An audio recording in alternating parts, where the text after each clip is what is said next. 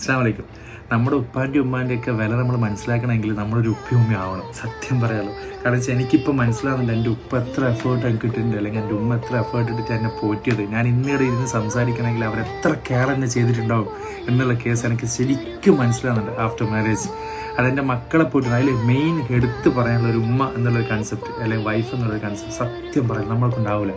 ഞാൻ പല പ്രാവശ്യം എൻ്റെ ഓളോട് ചോദിച്ചിട്ടുണ്ട്, എന്നാൽ അപ്പോൾ എനിക്ക് കുട്ടികളെ നോക്കിയാൽ ഇരുന്നാൽ പോരെ, നമ്മളെ കഷ്ടപ്പെടുന്നത്. സത്യം പറയട്ടെ, കാമ്പില്ലാത്തൊരു ചോദ്യം അത്, കാമ്പില്ലാത്ത സംസാരം.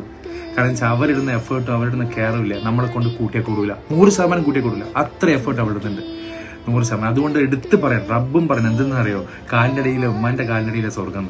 അടുത്തെന്ന് പറയുന്നറിയോ, വൈഫിനെ കുറിച്ച് എന്താ പറയുന്നറിയോ, എന്നെ കുറിച്ച് നല്ലത് പറയേണ്ടത് നാട്ടുകാരല്ല, നാട്ടുകാരോ എൻ്റെ കൂടെ വർക്ക് ചെയ്യുന്ന ആൾക്കാരോ അല്ല നല്ല പറയുന്നത്. നിന്റെ വൈഫ് നല്ല പറയുമ്പോഴേ നിനക്ക് വിലയുള്ളൂ എന്ന് പറഞ്ഞേ, അല്ലേ?